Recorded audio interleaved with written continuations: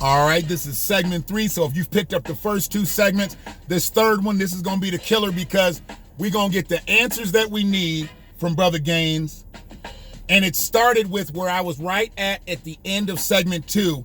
There is a difference from someone being a resident of a city and a citizen of a city. Now, I say that I am a resident of Pittsfield Township because I'm truly a citizen of Ann Arbor. That's where I was born and raised. That's where my roots are. That's where my people are buried. Right. Brother Gaines is from Ypsilanti.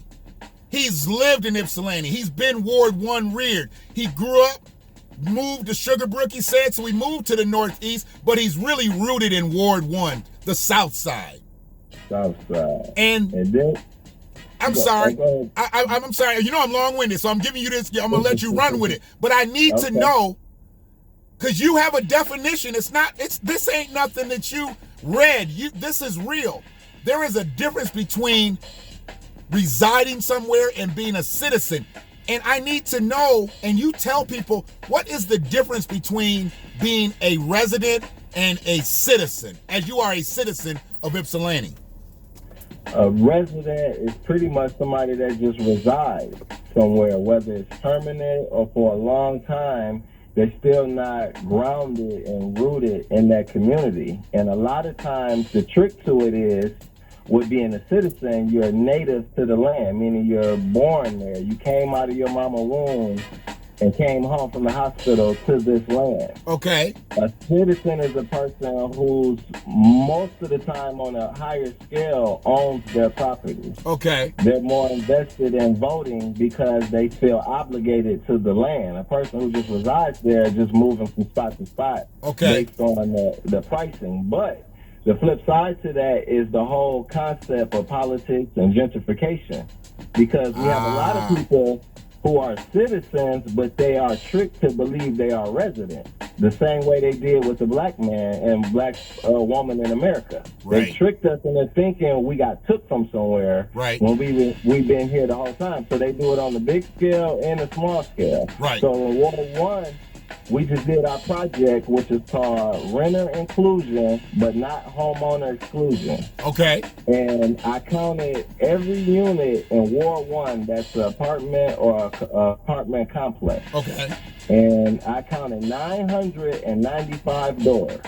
And that's not including Chittester Place nor Center Town Place, right there across from Abe Coney Island. Right. That's all in Ward 1. Right. I didn't even include them, but Chittester Place and that other, and Town Center Home is combined 321 units. Okay. So we still didn't even include them. So we got 995 units, and I did an estimate. I said if 2 people live in each one of these spots, that's 1,990 people that's renting, that just live in apartments. So as the property value rising due to developments coming, what other surrounding townships and cities are doing with their land, it plays a role in our property value also. So as things are rising, rent is rising. Right. And so you got a bunch of people who's born in Ipsy, they are really citizens, but because they haven't had the education on credit repair, home ownership,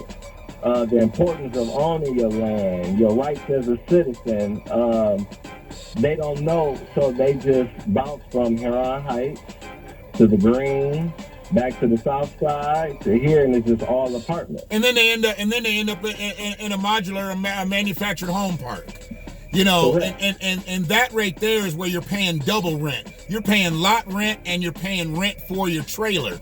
And there's nothing wrong with any of the places that you've talked about, but you have to graduate to home ownership. Right. There is absolutely nothing wrong. Nothing. I love every location I name. Right. There's nothing wrong with these places. And see, what happens is we get hemmed in to finding a nice place to live versus finding a place to reside versus a place to own. The benefit of home ownership has not been passed down on a generational level for black people. And it's unfortunate that when you see somebody that grows up, whether it be in subsidized housing or apartment living or renting of a duplex or a single family dwelling, if they grew up and their mother or father didn't own that home, they're not going to look for home ownership as a means of solvency when they get on their own. They want to go find a nice place to live. And not a place to own, just a place to reside. And we become a bunch of residers versus a bunch of homeowners. We need, and that's the difference between a citizen. A citizen owns. A citizen is a owner. A citizen is not somebody who just resides. And see, that's what people don't understand. They be thinking I'm against immigration and I'm against this and I'm against that. I'm like, no. I'm against the set-asides that people that come in from other countries get that we don't get as black men and black women. And you got to understand that when people come here from other countries, they don't come here seeking the American dream to rent. They come here to seeking the American dream for citizenship. And the root of citizenship is home ownership. That is level 101 for being generationally wealthy. Yes, sir. And so what we're doing is, like I say, part of the team, we have a banker, credit repair agents, realtors, and I mean not just people who just got an LLC 2 weeks ago, took a 6-week class. I'm talking about people who get money in it and successful. And we all agree. We got a nurse. We have a lady who's a clinical social worker who all agree we're going to meet 12 times a year in Ward 1 with their time, with their resources. Everything can be discounted or free. Okay. Here's the thing. Just one man is doing this. And I've got some notes here. I didn't come ill-prepared. I got some notes here. Okay. And the fact that you put, and I know that there's negative connotations when it comes to black men and fighting. They don't mind when we fight, when we box. They don't mind when we fight, when we MMA, when we UFC it, when we play sports, when we battle, when we're warriors out here. But when we talk about fighting, they don't like that term coming from a black man in politics. And I've learned that. And I learned the negative connotation that gets spun out every time they hear about a black man that says he's fighting for something. And it's like that, whoa, wait a minute, buddy. You know what? Why so angry? Well, I'm not angry. I'm just focused. And the only way you get to something that you really, really want is if you fight for it. So one of the things on your campaign flyers, you put it on here. I mean, your heading was, I'm fighting for. I'm fighting for. So I want you to break down, and I'm going to give you each one, and then you expound on all of them, because I didn't have formatted questions for you today. I need to know what all of these things that you are fighting for, what they mean. And I may come in and ask a little bit of an ad-lib question, but the things that you put on here lets me know you're not only trying to be a politician, but you're a humanist. You're a humanist because you don't fight for these things. You don't make these things your bullet points to fight for if you're just looking to come up in politics. You're trying to get your collective uplift on when you go for these things. So, as Karan Gaines, city council candidate, you said you were fighting for disability accessibility. Explain that. Yes, sir. When you look at over there by Chittister Place and Town Center Place, or is it Center Town Place? Okay. These are 2 apartment complexes that are for seniors. Correct? Okay. When you look across the street, what do we have for them? Is this, if say Town Center Place, if they want to leave and walk to the wine cooler, what crosswalk do we have with that fast traffic coming, going down the one way? What do we have in place for all those elderly people who want to get out the house just to have a breath of fresh air? You don't. Nothing. You don't. I mean, they literally, you're playing dodgeball if you're trying to cross Michigan and Hamilton there as an elderly person. I think, what does that thing start at 10 seconds? It starts at 10 seconds, and you got 10 seconds to push a roller, a walker, a wheelchair, cane, crutches, or whatever, or just being elderly. You might even be able to stand on your own too, but they give you 10 seconds to get across that busy thoroughfare with people turning right on red, with people running the left turn light coming from the east going west. You don't get any time. There's no way for you to actually get across the street in a comfortable fashion in that area right there. Absolutely no area.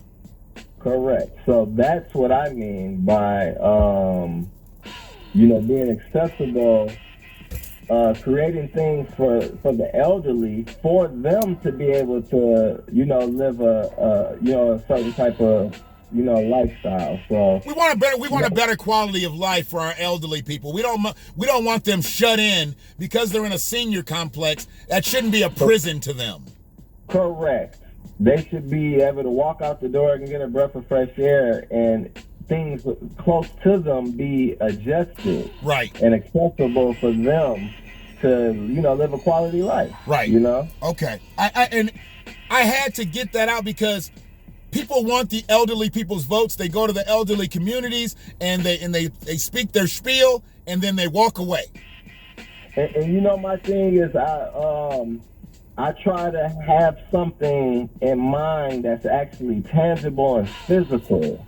So when you ask a question, I'm most likely is going to have something physical, and so we need something as far as a crosswalk right there. Right. Some type of, even in the middle of the, right there by Ainsworth Circle. Right. Where you could pull in Ainsworth Circle going across. Right.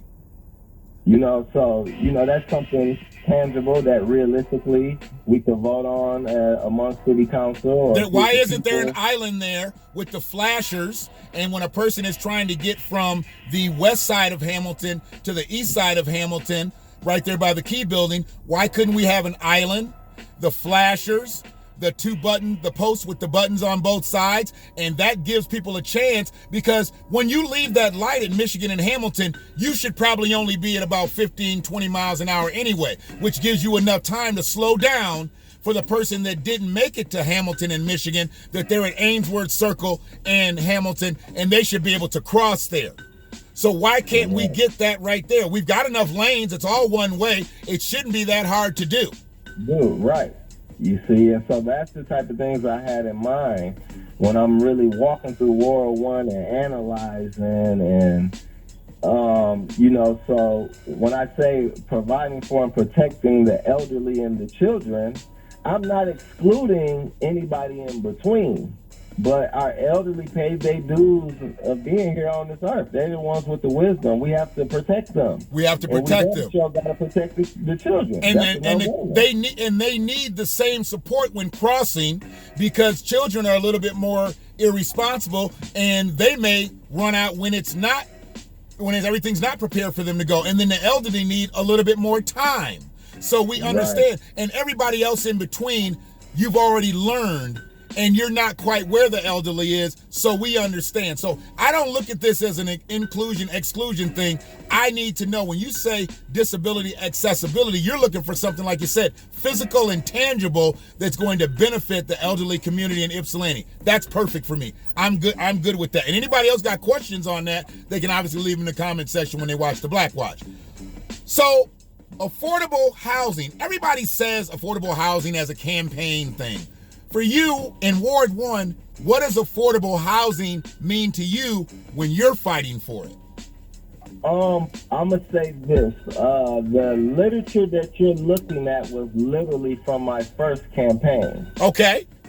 So if you fast forward and look at my literature now, a lot of those things change, because now I'm more so talking about educating residents on becoming homeowners. Which I've got to talk to you about. You just stole a little bit of my thunder, because it's in my bullet points too. But absolutely. But you see where your mind went in 2 years? You were thinking about affordable housing in 18. Now you're talking about home ownership. Just that time frame, because you've seen how much Ypsilanti has changed just in those 24 months. You had seen how much it had changed in years prior to that. Now, it's not just about us having a place to stay that we can afford. We need a place to stay that we can own. Right. Okay, right. So I'm not even going to spend no time on affordable housing. Let's move to the next. Getting the Amtrak station in Depot Town up and running.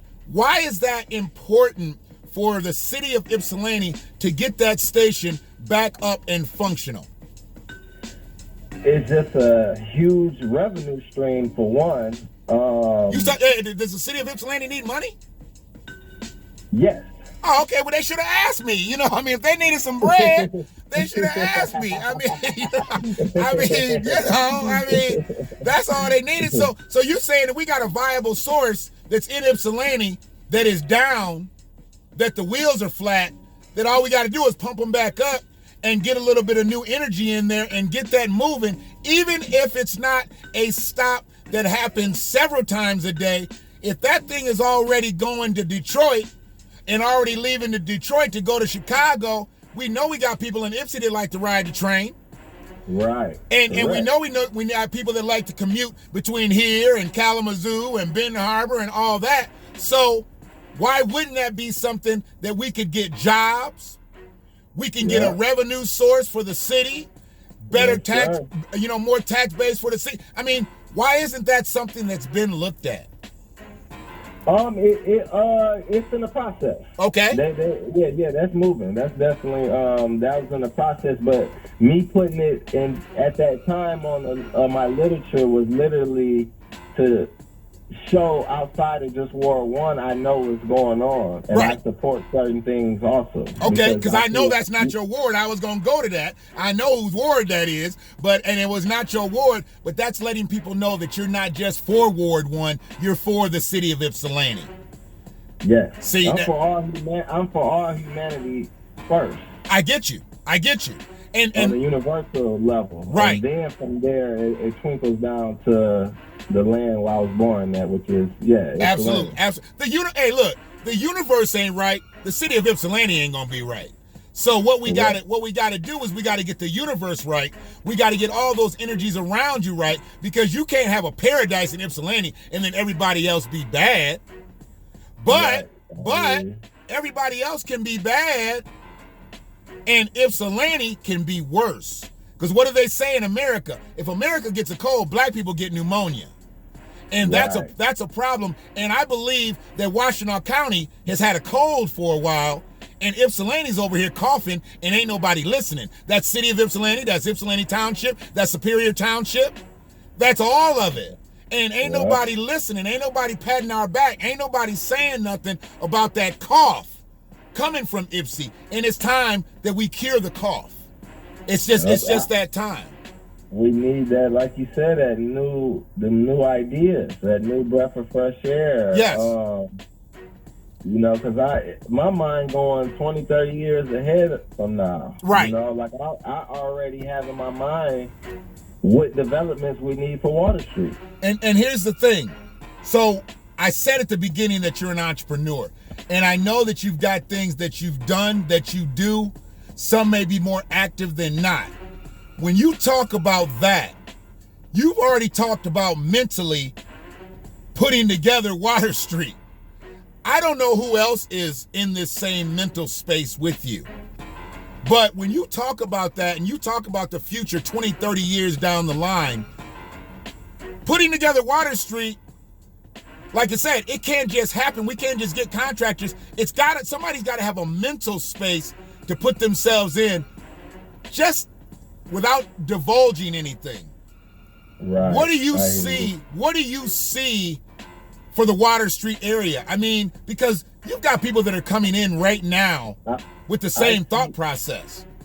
I see, for me, I think and believe something along the lines of entertainment / family orientated and fun, meaning like a Lucky Strike. A Lucky Strike is a place that has an arcade, the newest technology type arcade. Absolutely. Bowling alley, movie theater, And it got like bumping car ride. It's just a plethora of things. Right. And a sky zone. The point I'm mentioning these things, and we need an outlet. We could do an outlet right there. Like it could be a polo outlet / whatever, how they do in Birch Run. And absolutely. This is my reason why. Right. My whole life, I drove to Birch Run just to go school shopping. Right. So imagine if we had things in Ypsi that people would drive to their whole life, like a Lucky Strike. Every time it's a birthday party, or the adults want to go hang and have a beer or whatever and go bowling. And people, we drive to Canton, Taylor, Westland, Novi, all these places for these specific type of things. Right. It's like if we had them here, we can bring people from other cities to come here to spend money. Let me explain something to you. So what you've just talked about, what you've just said, is what I was telling people. I took some years off from Washington County, lived in Wayne County, and I stayed primarily in Redford. Okay. And the one thing that I learned about Redford was, truthfully, there wasn't shit there. It was a great place to live, a great place to raise your family, yada, yada, yada.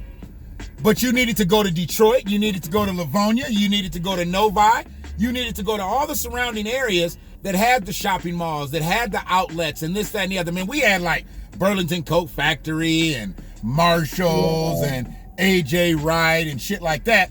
But it was in an old, antiquated strip mall. It was not an outlet mall. But what we wanted to do, the closest place we could go is, like you said, Birch Run was for an outlet mall.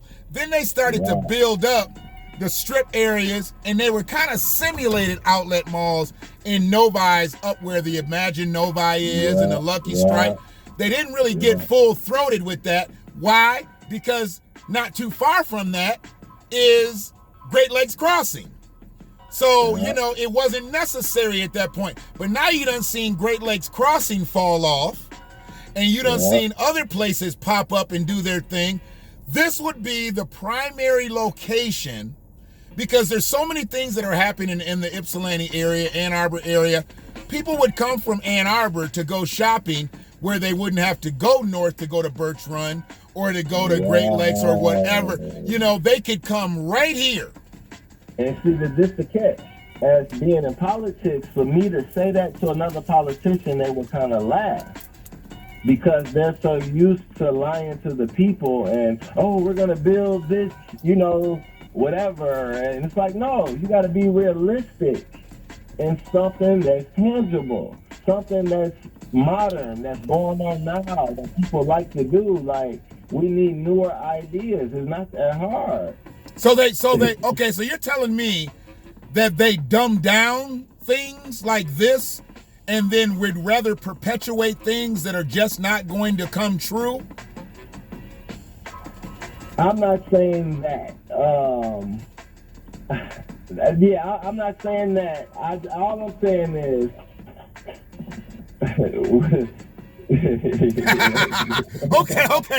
Okay, so let me rephrase it.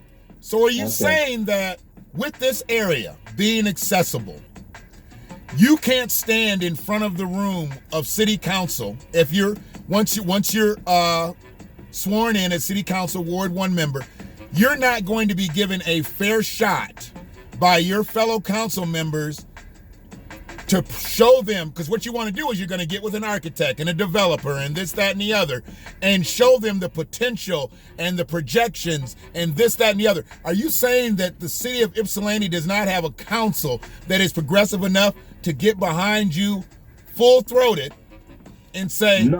No, I wasn't saying that. Okay. I get your question now. No, I wasn't saying that. What I was saying, just in politics through my experiences, a lot of things I have mentioned, they kind of, because they're looking for some big bougie words. They're looking for, so they're used to the playing of the game of politics. I don't play the game. So I'm in it to make a change. So the politics, not politics. Yeah. Right. Okay. And so with the whatever development we have, we also got to make sure we have our CBO attached to it. Okay. We have a community benefits ordinance now. Okay. So getting everybody aligned to put something like that together. It's going to take, obviously, community support and things like that. How do you get the community to rally around something that you can show them what the future could be like? I mean, I know they do the renderings and they do all types of things and get all people excited in Detroit. But before long, you got dirt being turned over in Detroit because you got some real developers coming through. Where does that start for the city of Ypsilanti to get something like that going? Because that is one of the things, and people that have been pop-up shops or online businesses or whatever will have opportunities to become brick and mortar businesses in a Water Street development. So how do you get that energy going? What can be done in the village to get that energy going to start thinking about things like that for 2021 and beyond? That's the things we'll be talking about the beginning of the year in January, starting with our 12 town hall meetings a year. Because we'll be gearing the people for that. Because now the trick to it is we can talk developments all we want, but that's going to make the property and everything go up, which will gentrify predominantly more of our people. So we got to educate them, and the process is going to happen regardless. Like, a lot of people don't catch what that word master, how important that is. And every city has a master plan. And they never really grasp, what does that really mean? That means they planning 20 and 30 years ahead. They can tell you about how many black people gonna live in the city, how many white, how the crime probably gonna be, all based off of the decisions they made at that time. So a lot of things we are seeing now is from the decisions that was made 20 years ago when they purchased the land. One of the things that people do understand, and you talk very, very plainly, which is why I believe you'll continue to be relatable in politics, because people would rather talk to someone like you than talk to somebody who just talks all that circular shit and they really can't understand it. It sounds good and it's smooth and shit, but at the end of the day, really don't get nothing done. And hell, I didn't understand it in the first place. So you talk very plainly. One of the things that I want to do, because I'm running light on this segment, so my last question is going to be, what do we do from here? But you touched on it just a second ago about the gentrification, and we've got to be in position to be homeowners. Because see, when property values do go up, we do want to be on the home ownership side. We do want to be on the home ownership thought process. And you've got something in order that talks about making homeowners out of our citizens of Ypsilanti and not just renters. So let me stay in one quick second, and I want to make sure I get a little bit more space because you're going to run with this one and we'll close out.